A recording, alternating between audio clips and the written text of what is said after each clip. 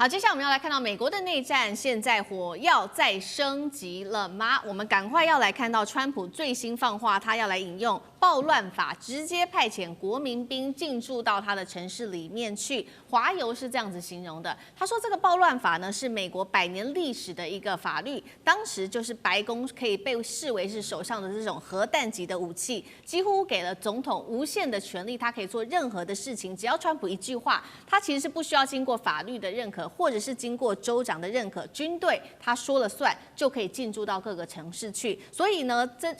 根据这一个法律，我们来看到一共是有3种开大决的方式，这是川普自己提出来的。第一个，暴乱法可以怎么做实行？我们来看到第1条，也就是地方只要撑不住，州长、州议会自己开口，就可以请总统派兵来镇压，这是第1点。第2点是总统可以完全不甩州政府，自己决定到底要不要出兵。第3个是川普自己认定，如果有人权被剥夺，或者是司法被挡，他就能够名正言顺的把军队开进到城市里面去，等于给了总统无限的权利。目前我们可以看到，实质上在美国已经有5个地方、5个城市是川普已经动手的了，3个是民主党的大本营，波特兰、芝加哥跟洛杉矶。这3个城市都通通跳出来反对跳脚，但是川普照样做下去。另外就是另外2个地方，一个是孟菲斯，一个是华盛顿特区，他们是选择配合川普。有人形容现在美国内部根本就已经算是发生内战了吧？委员怎么看？这到底是要治安上面的整治，还是就是政治内斗要治民主党的？委员怎么看？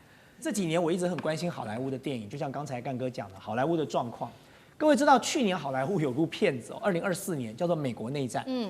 那么去年呢，为什么我很关心这些电影的原因？是因为那些电影有很多是我们在做的，那我们当然关心这个票房。就去年很讶异的是，我就想说，去年票房好的片子到底是哪一些片子呢？我们拍了很多片子但是票房都不是反映的很理想。可是《美国内战》这部片子去年的票房非常好，出奇的好。我就是因为听到了这个我们的同仁告诉我之后呢，我就认真的去看了一下《美国内战》这部片子。那这部片子其实它拍的并不是很商业它并不是让大家想的说真的什么战争片，它其实拍的有一点像乌托邦式的这种角度在陈述一件事。有看。我在看那部片子的时候，我心里就在暗骂说：这怎么可能发生的事情嘛？这种片子怎么会有人要看呢？美国怎么可能会打内战？怎么会有什么佛州联盟、西部联盟，然后联手攻进华府嘛？怎么会发生这种事？我那时候一点压根都不信但是没有想到。令人赞叹的川普实现了这件事情，所以好莱坞的这个剧本大概川普也看了不少。那么在这个过程当中，我们看到这一次川普跟赫格塞斯把他全球800个将领招回来的时候，然后那时候我相信这800个将领是以为川普要宣布重大的战略目标打仗了，然后呢，到底是要介入了俄乌战争这个驰援欧洲，还是要打算在这个西太平洋部署更多的这个军事实力结果不是他把枪口对内，说真正要用到你们的地方是在纽约、芝加哥、旧金山、这个洛杉矶，太了不起了，你知道吗？我无法想象，就说美国怎么会有出现一个这么了不起的总统川普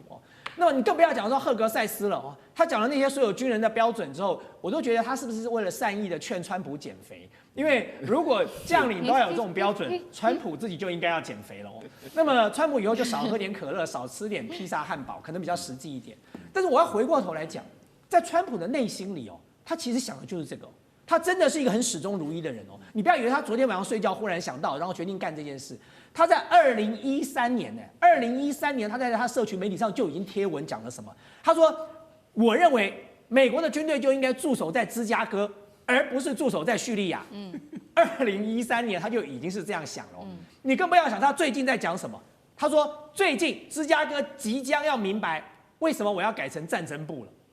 太了不起了，你知道吗？当时川普要改成战争部的时候，我记得国际好多政治评论学者说，这就代表美国要把手伸到海外了，川普可能要放弃孤立主义了，他要介入这个地缘政治的冲突了，所以他改叫战争部。就后来我们终于搞清楚了，事实真相是他为了吓一下芝加哥，他是为了要让芝加哥知道说为什么要改成战争部。所以美国改成战争部，原来不是为了国外，原来不是为了国际，原来不是为了维护正义，原来是为了处理他内部的问题。所以如果照川普这样搞下去，你说美国有没有可能打内战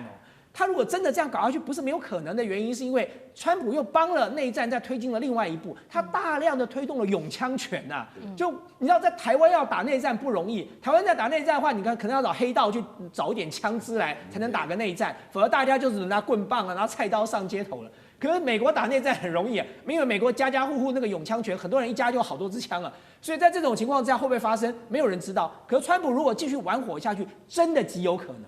所以我才觉得才妙。川普说他要得诺贝尔和平奖，我先不要讲他国外搞的那些各式各样的大小战争了，光是发动内战这件事情，如果川普可以得诺贝尔和平奖，我觉得我也有资格被提名得诺贝尔。我也有资格，我家巷口卖欧阿米说的阿嬷都可以得了，我跟你说。好，我们现在看到这个宛如是电影这个美国内战真实上演，那枪口直接是朝内，其实不只是枪口朝内而已，现在呢，可能连美军自己的薪水都会拿不到，发不出来，那甚至是公务员的薪水也都会发不出来。这时候，川普则是把这个错误都指在民主党的身上，他认为说政府关门是跟你们有关系的，并且他形容民主党是这样说的，他说你们根本就是神风特攻队在做自杀的一个行动。他甚至放话说，这个关门结束之后，不是所有人都能够拿回薪水，因为有些人不值得被照顾哦。那外界也分析了这样子的一个政府关门的僵局，可能会到10月15号军人发薪日之前解决，因为美国现在130万的美军总不能都拿不到薪水吧？接下来美国会不会一步步的走向深渊？华刚哥怎么看？好，你说哈，我跟你讲，他讲的那个话，你仔细去听啊。川普说，政府关门结束以后，不是所有的员工都可以得到薪水补偿，也就是说，现在因为政府已经停摆两个礼拜了，对不对？但是呢，要特别法案通过之后，还是可以补偿给你们欠的薪水啊。联邦的员工都知道，你知道大概有多少人受影响？75万人，这么多人，在这段时间，川普在耍什么诡计？他要裁掉里面20万，你永远不用回来了。这就是他这句话的意思。不会所有的员工得到薪水补偿，因为我们决定让你滚，让你走，让你回去。那我们会照顾我们的人，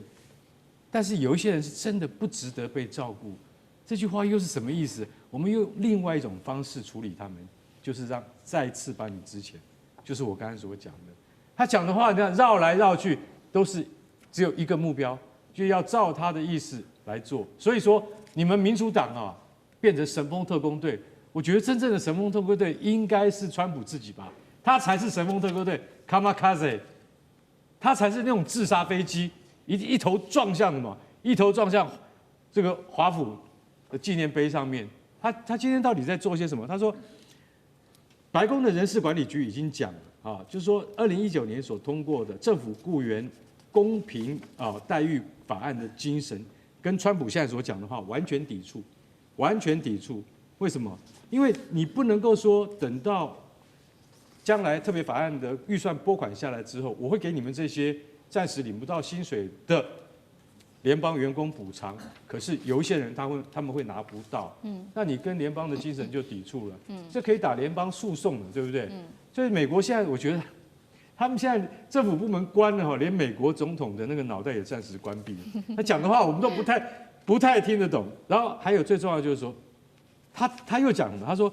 民主党现在根本就是一个没有智商的党啊，像裴洛西，他到底在干什么？他竟然直接去质疑什么？曾经当过这个就反对党的这个众议院的党魁，他说你现在到底在干什么啊？你有没有在参与讨论啊？我觉得你裴洛西你的功用已经，虽然他现在只是一般的众议员，但他说你看像这么有名的众议员，民主党现在根本就没有在好好的用他到底在做什么？他也提不出什么法案。还有最重要的是，我们民主党不需要跟你们共和党在国会有更多的谘商。当然，他最后所没有讲出来的话就是说，他既然要节省数十亿，他认为瞌睡灯就是拜登啊，他就叫他瞌睡灯啊，瞌睡灯。他说瞌睡灯以前他浪费的这些公帑，终于在我的任内，我重新回到白宫的任内之后，把它给省下来的，这是我最大的政绩。所以川普他的逻辑跟一般的人是不一样。但所以说我们现在看到说，如果联邦的军队拿不到钱的话，有多达130万名军人会受到影响。坦白讲一句，谁的钱都可以欠，对，老师钱可以欠，然后联邦员工的政府员工的钱都可以欠，黄石公园管理员的员工的那个钱可以欠，反正熊出没没有人去抓就对了，对。但是呢，军人不能欠，对，为什么？因为万一欠了闹起军事这个内讧的话，我们受不了，所以可能在14号以后会有转圜的余地。那我们也想真正看看川普强人，你真的是有没有怕到？有怕到的话，你赶快让政府恢复正常的运作吧。我们拭目以待。好，一边是美国自己内部乱成一锅粥，那另外一方面，当然了，川普还是很坚持，他还是说我就是要必须拿下诺贝尔和平奖。那他还公开放话说呢，如果我拿不到，这对于美国来说就是一个奇耻大辱，并且呢，他在这个联合国大会上面宣扬说自己总共解决了7场的战争。好，我们来分析一下这7场战争呢，有几场我们认真看了一下，其实跟川普也没有太大的关系，包括柬埔寨跟泰国当时爆发的这个战争，还有这个印巴战争，甚至是以伊战争等等这些比较小型的战争。但是如果我们来看大型的战争，美国其实都是默许的，而且是这个战争正在进行中，逐渐的扩大当中。这包括了俄乌战争，甚至是以哈战争等等，更不要提美军当时轰炸伊朗，甚至介入在委内瑞拉，在最近又发生了一连串的贸易战等等，掀起的全球波澜。难怪现在诺贝尔委员会的这些官员说他们很想要请假，因为感觉压力真的太大了。胡锡进也讽刺说，要是奖落到其他人的手中，这个川普是会找你算账的。苑老师怎么看？他该得奖吗？